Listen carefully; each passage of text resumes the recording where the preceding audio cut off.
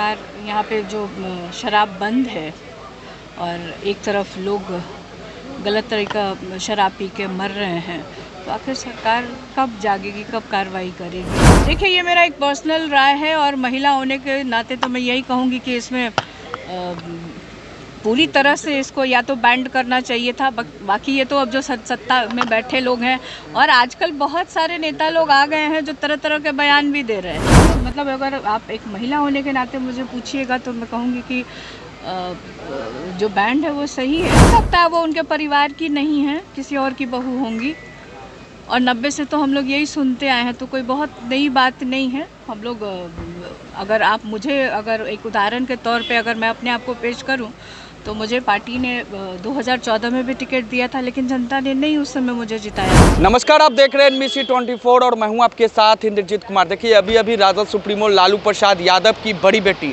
शाह पाटलिपुत्रा से सांसद मीसा भारती दिल्ली से पटना पहुंची है और पटना पहुंचते ही देखिए मुख्यमंत्री नीतीश कुमार लगातार ये भरे मन से ये कहते नजर आ रहे हैं कि हमसे 2 बार गलती हो गई है, अब हम इधर उधर नहीं जाएंगे। इसको लेकर के देखिए मीसा भारती नीतीश कुमार को लेकर के बड़ा बयान दिया है और क्या कुछ कह रही है मीसा भारती, हम सुनाते हैं सबसे पहले उनके पूरे बयान को। सारण और सिवान में कई लोगों की मौत हो गई है, मैम कैसे देख रहे हैं आप? देखिए, बहुत दुखद घटना है, इस तरह की घटना नहीं घटनी चाहिए थी, लेकिन हम लोग बार बार कह रहे हैं कि सरकार क्या कर रही है। आखिर जिसकी जिम्मेदारी है वो लोग इस पे क्या एक्शन लिए हैं कि इस तरह की घटना ना हो। जो एक तरफ से कहा जा रहा है कि सरकार यहाँ पे जो शराब बंद है और एक तरफ लोग गलत तरीका शराब पी के मर रहे हैं, तो आखिर सरकार कब जागेगी, कब कार्रवाई करेगी। बहुत दुखद है जिनके परिवार के सदस्यों का इसमें देहांत हुआ है। क्या संशोधन होनी चाहिए, क्योंकि लगातार जो है जहरीली शराब से बिहार में कई लोगों की मौत लगातार जा रही है? देखिए, ये मेरा एक पर्सनल राय है और महिला होने के नाते तो मैं यही कहूँगी कि इसमें पूरी तरह से इसको या तो बैंड करना चाहिए था। बाकी ये तो अब जो सत्ता में बैठे लोग हैं और आजकल बहुत सारे नेता लोग आ गए हैं जो तरह तरह के बयान भी दे रहे हैं, तो उसमें मुझे नहीं जाना है। लेकिन मतलब अगर आप एक महिला होने के नाते मुझे पूछिएगा तो मैं कहूँगी कि जो बैंड है वो सही है, लेकिन पूरी तरह से रहे तब तो। आप लोगों की पार्टी को परिवारवाद की पार्टी कही जाती थी, लेकिन जीतनराम मांझी की बहू अब इमामगंज से उपचुनाव लड़ने वाली है, तो हो सकता है वो उनके परिवार की नहीं है, किसी और की बहू होंगी, और 90 से तो हम लोग यही सुनते आए हैं, तो कोई बहुत नई बात नहीं है। हम लोग अगर एक उदाहरण के तौर पे अगर मैं अपने आप को पेश करूं तो मुझे पार्टी ने 2014 में भी टिकट दिया था, लेकिन जनता ने नहीं उस समय मुझे जिताया। तीसरी बार मैं चुन के आई हूँ, तो जनता ने जिताया है, परिवार के सदस्यों ने नहीं जिताया। और जहाँ रही बात मांझी जी के परिवार के सदस्यों की, अगर वो लोग राजनीति में आना चाहते हैं तो सबको, एक डेमोक्रेटिक कंट्री में हम लोग रहते हैं और यहाँ पे सबको अधिकार है। और दूसरी बात, इस तरह के बयान जो लोग सार्वजनिक जीवन में रहते हैं, जो राजनीति में है, इस तरह के बयान नहीं देने चाहिए।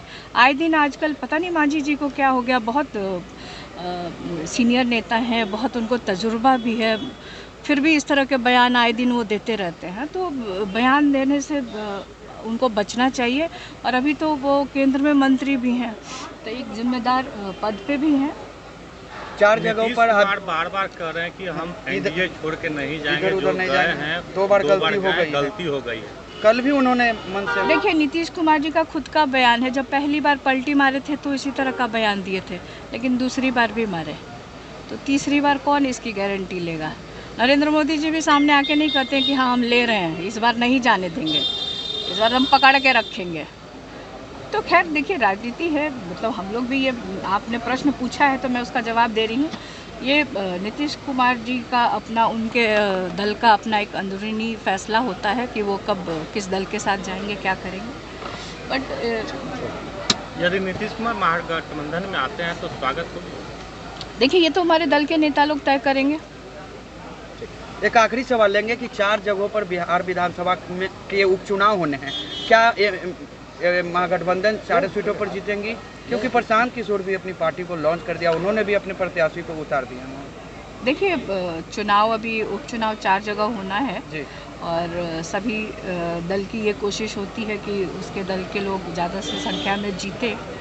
और अगर लोकल मुद्दों पे और स्थानीय मुद्दे पे अगर बिहार को लेकर के अगर ये चुनाव होगा तो मुझे लगता है कि राष्ट्रीय जनता दल चारों सीटों पे जीत हासिल करेगी।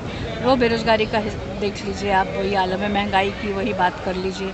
अगर किसी अन्य मुद्दे में अगर मतदाताओं को भरमाया नहीं गया, उनके ऊपर प्रशासनिक प्रेशर नहीं आया, तो मुझे लगता है पूरी उम्मीद है कि इंडिया गठबंधन के जितने भी प्रत्याशी होंगे उनकी जीत। तो आप सुन रहे थे मीसा भारती के पूरे बयान को साफ साफ कहते नजर आ रही है कि जिस तरीके से मुख्यमंत्री नीतीश कुमार ये अक्सर कहते आ रहे हैं कि हमसे 2 बार गलती हो गई है, अब गलती नहीं होगी, अब इधर उधर नहीं जाएंगे। उसको लेकर के देखिए अब मीसा भारती कह रही हैं कि प्रधानमंत्री क्या उनका ठेका लेंगे कि इधर उधर नहीं जाएंगे, जिम्मेवारी लेंगे प्रधानमंत्री कि इधर उधर नहीं जाएंगे। साथ ही साथ बिहार में जहरीली शराब से कई लोगों की मौत हो गई, उसको लेकर के भी देखिए मीसा भारती क्या कुछ कर रही हैं।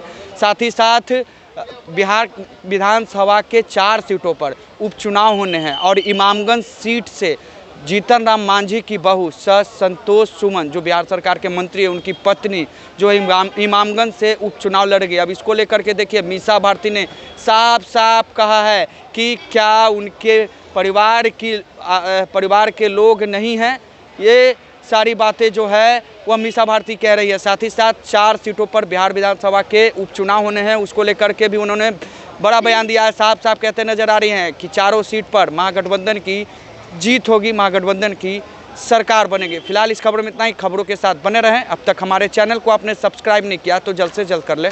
धन्यवाद।